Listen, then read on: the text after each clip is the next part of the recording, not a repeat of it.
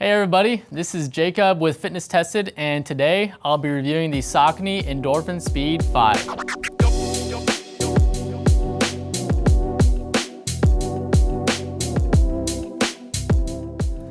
The Endorphin Speed line was introduced back in summer of 2020, and in the past 5 years, it's quickly become a staple shoe for Saucony.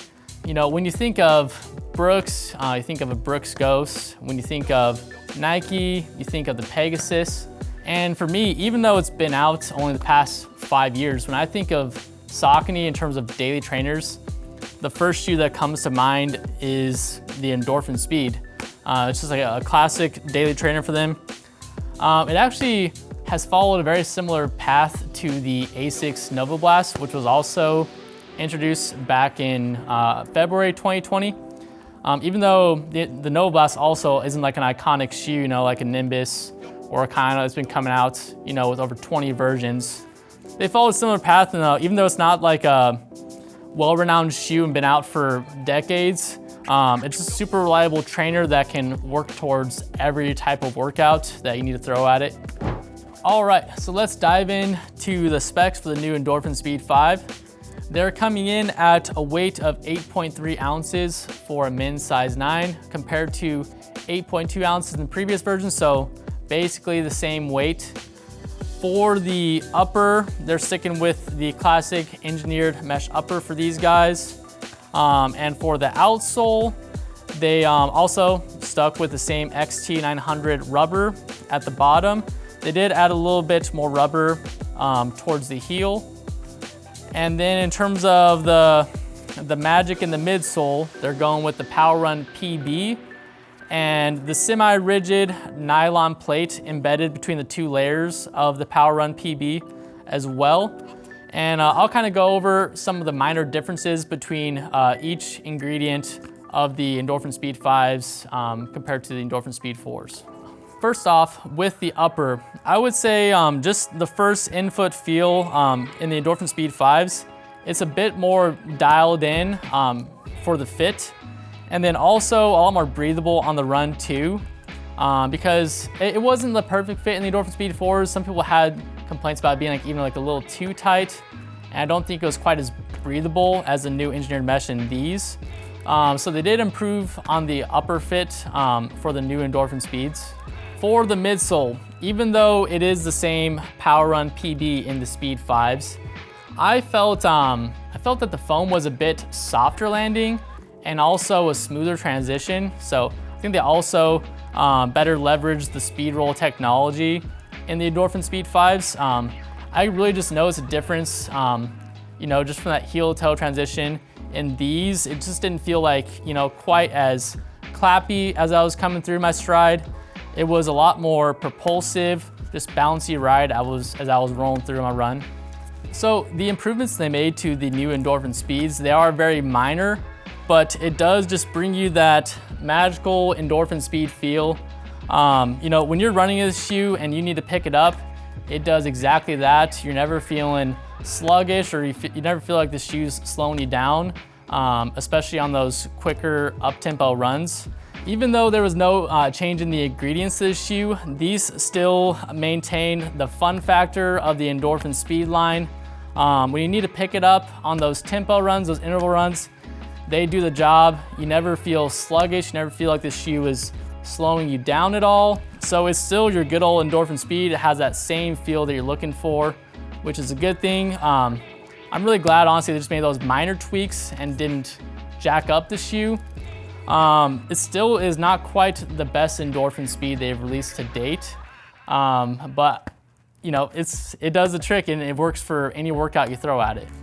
So a common question for a lot of running shoes is, what would you want to use this shoe for?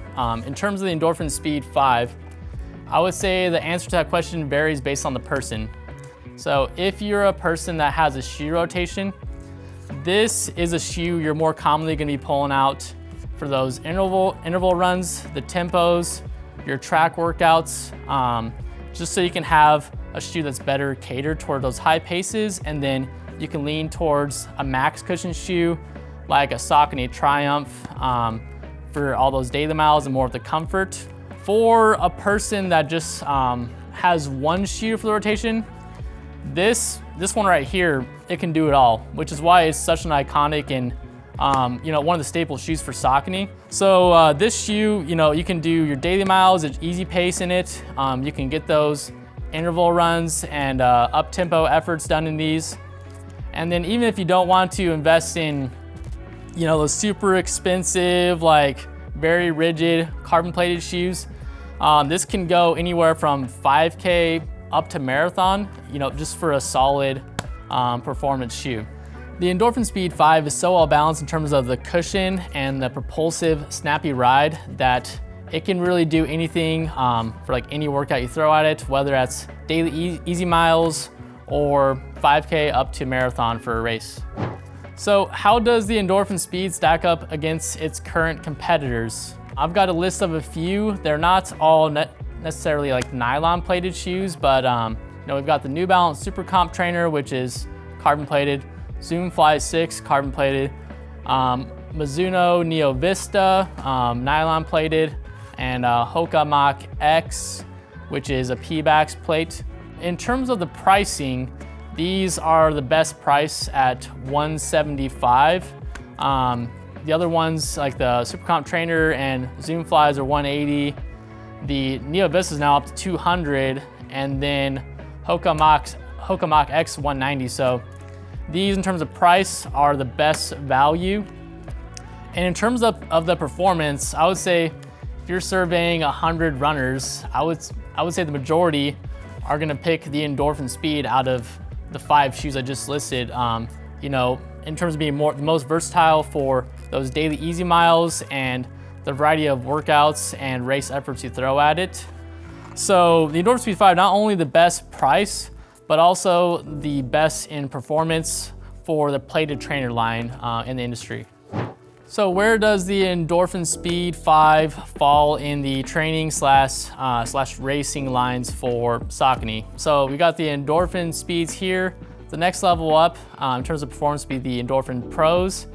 And now Saucony released the new Endorphin Elites, which come with the new Incredi-Run foam, which is insanely soft and bouncy.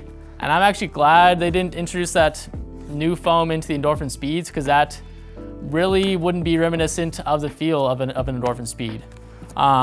So it's good they stuck with the classic Power Run PB, and I think that keeps it in the correct spot for their daily training line and their racing line. Like a lot of shoes these days, they did go up price-wise, with all the tariffs going on. So the Endorphin Speed 4s are $170. These come in at the price of $175. Rest assured though, you'll be very happy with your money spent on these shoes. It's still that classic Endorphin Speed feel where it can pretty much do anything you throw at it, from daily easy miles to tempo runs, even up to 5K effort and marathon effort for race day. Thanks for watching. If you like this content here, make sure to like, comment, and subscribe, and we'll see you next time.